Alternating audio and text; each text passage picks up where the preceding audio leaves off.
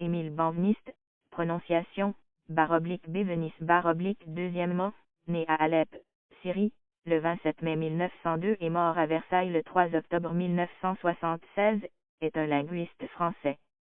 Né Ezra Benveniste, il a été naturalisé français en 1924. Il s'est illustré par ses travaux tant dans le domaine de la grammaire comparée des langues indo-européennes que dans celui de la linguistique générale. Biographie. Ses deux parents sont instituteurs de l'Alliance israélite universelle dans l'Empire ottoman, en Tunisie, puis en Bulgarie.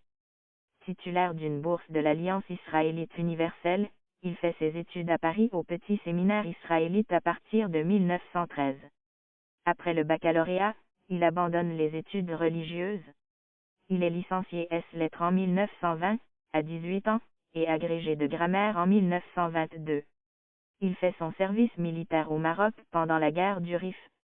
Élève d'Antoine Meillet à l'école pratique des hautes études, il enseigne lui-même dans cet établissement de 1927 à 19693, et au Collège de France, où il occupe la chaire de grammaire comparée de 1937 à 19694.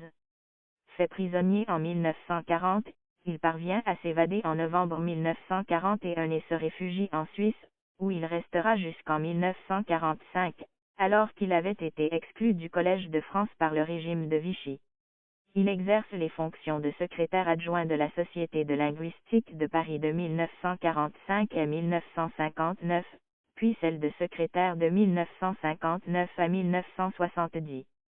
En 1960, il est élu membre de l'Académie des inscriptions et belles-lettrées, en 1965, membre de l'Academia des Lincei. En 1961, il fonde, avec Claude Lévi-Strauss et Pierre Gauroux, L'Homme, revue française d'anthropologie. De 1964 à 1975, il dirige la revue des études arméniennes, REA. En décembre 1969, il est victime d'une attaque cérébrale qui le laisse aphasique. Il meurt 7 ans plus tard, en 1976, à l'âge de 74 ans. Apport scientifique. Sa production scientifique s'est étalée sur une cinquantaine d'années, à partir de 1922. Les 10 premières années sont principalement consacrées à sa discipline d'origine, l'iranien, avec 4 ouvrages et de très nombreux articles. À partir de 1932, il se tourne véritablement vers la linguistique comparée des langues indo-européennes. C'est dans cette période qu'il acquiert une dimension internationale, notamment avec la publication de sa thèse principale, Les origines de la formation des noms en indo-européen, 1935, où il propose une théorie de la racine indo-européenne qui a fortement marqué l'évolution ultérieure de la linguistique indo-européenne. Cinquièmement, après la période difficile de la guerre, il fait paraître en 1948 Nom d'agent et nom d'action en indo-européen, qui est, selon Kelvart Watkins, le plus beau livre de grammaire comparée qu'ont ait écrit au XXe siècle le chef des œuvres, la cime du structuralisme classique européen. Si Watkins cite comme l'apport le plus durable de Benveniste à la grammaire comparée l'idée résumée dans cette phrase, extraite de la conclusion de son article sur actif et moyen dans le verbe 7, il est dans la nature des faits linguistiques, puisqu'ils sont des signes, de se réaliser en opposition et de ne signifier que par là. Dans la dernière période, l'intérêt pour la linguistique générale, aussi bien d'un point de vue formel que dans ses rapports avec l'organisation sociale, passe au premier plan mais toujours en lien direct avec la linguistique indo-européenne. Cet intérêt s'exprime pleinement dans ses problèmes de linguistique générale, parus en 1966 et 1974, qui introduisent en France la linguistique de l'énonciation 8 et dans sa dernière œuvre, Le vocabulaire des institutions indo-européennes, paru en 1969, quelques semaines avant que la maladie ne le frappe, fruit d'une démarche très novatrice par laquelle il cherche des significations sociales profondes, des structures enfouies sous les systèmes de distinction sémantique. Il s'intéresse ainsi au problème fondamental de la signification du vocabulaire qu'il traite en plusieurs thèmes, économie, parenté, statuts sociaux dans le premier volume, royauté, droit, religion dans le second. Neuvièmement, l'originalité de l'ouvrage est d'aboutir à des résultats intéressants l'histoire et l'anthropologie à partir de faits purement linguistiques. Cinquièmement, principaux ouvrages. Essais de grammaire sodienne, tome 2, morphologie, syntaxe et glossaire, Paris, page Viutnur, 1929.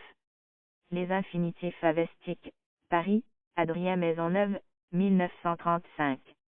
Origine de la formation des noms en indo-européen, Paris, Adrien Maisonneuve, 1936.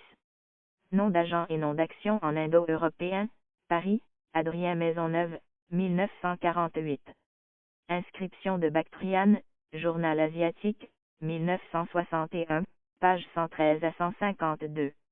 Nouvelles inscriptions de Bactriane, compte rendu des séances de l'année 1961 avril-juin, 1961, 105e année, numéro 2e. Hittite indo-européen, études comparatives, Paris, Adrien Maisonneuve, 1962. Problème de linguistique générale, tome 1, Paris, Gallimard, 1966. Problème de linguistique générale, tome 2, Paris, Gallimard, 1974. Le vocabulaire des institutions indo-européennes, 2 tomes, Paris, Minuit, 1969. De Purgène religion, according with the chief Greek texts, Paris, Viutnur, 1974. Baudelaire, présentation et transcription de Chloé Laplantine, Limoges, Lambert Lucas, 2011. Dernière leçon, Collège de France 1968 et 1969, présenté et édité par Jean-Claude Coquet et Irène Fenoglio, Paris, Gallimard /Seuil /et HESS, 2012.